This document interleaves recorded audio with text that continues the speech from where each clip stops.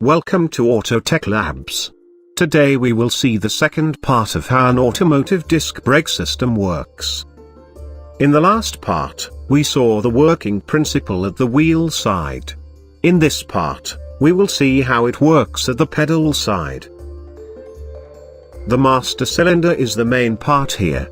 It transfers the force on the pedal to the calipers.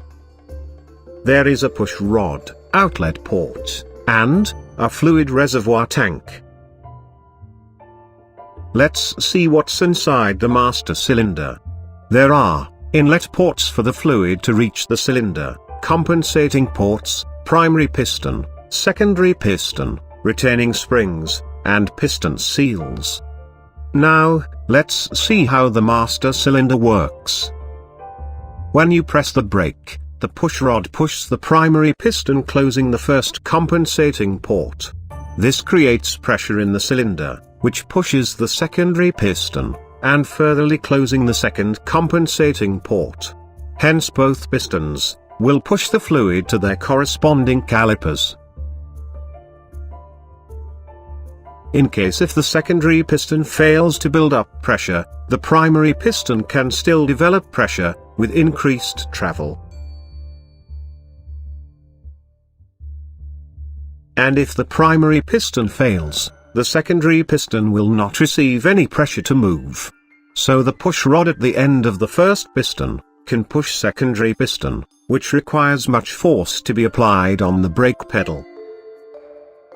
Even for a fully functional master cylinder, pushing the pistons through the brake pedal requires much force. So later on, another component named boosters were introduced. The brake booster comes between the pedal and the master cylinder, and utilizes the vacuum from the engine, assisting the brake pedal and makes it easier to apply brakes. Let's take a look inside the servo.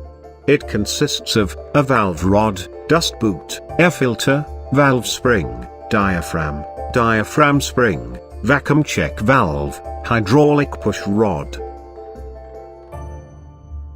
When you push the pedal, the valve rod opens the inlet valve, allowing air into the diaphragm front chamber through the filter.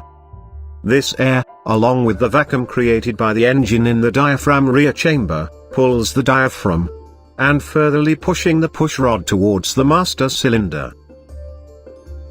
Thus provides assistance, and reduce the effort in braking.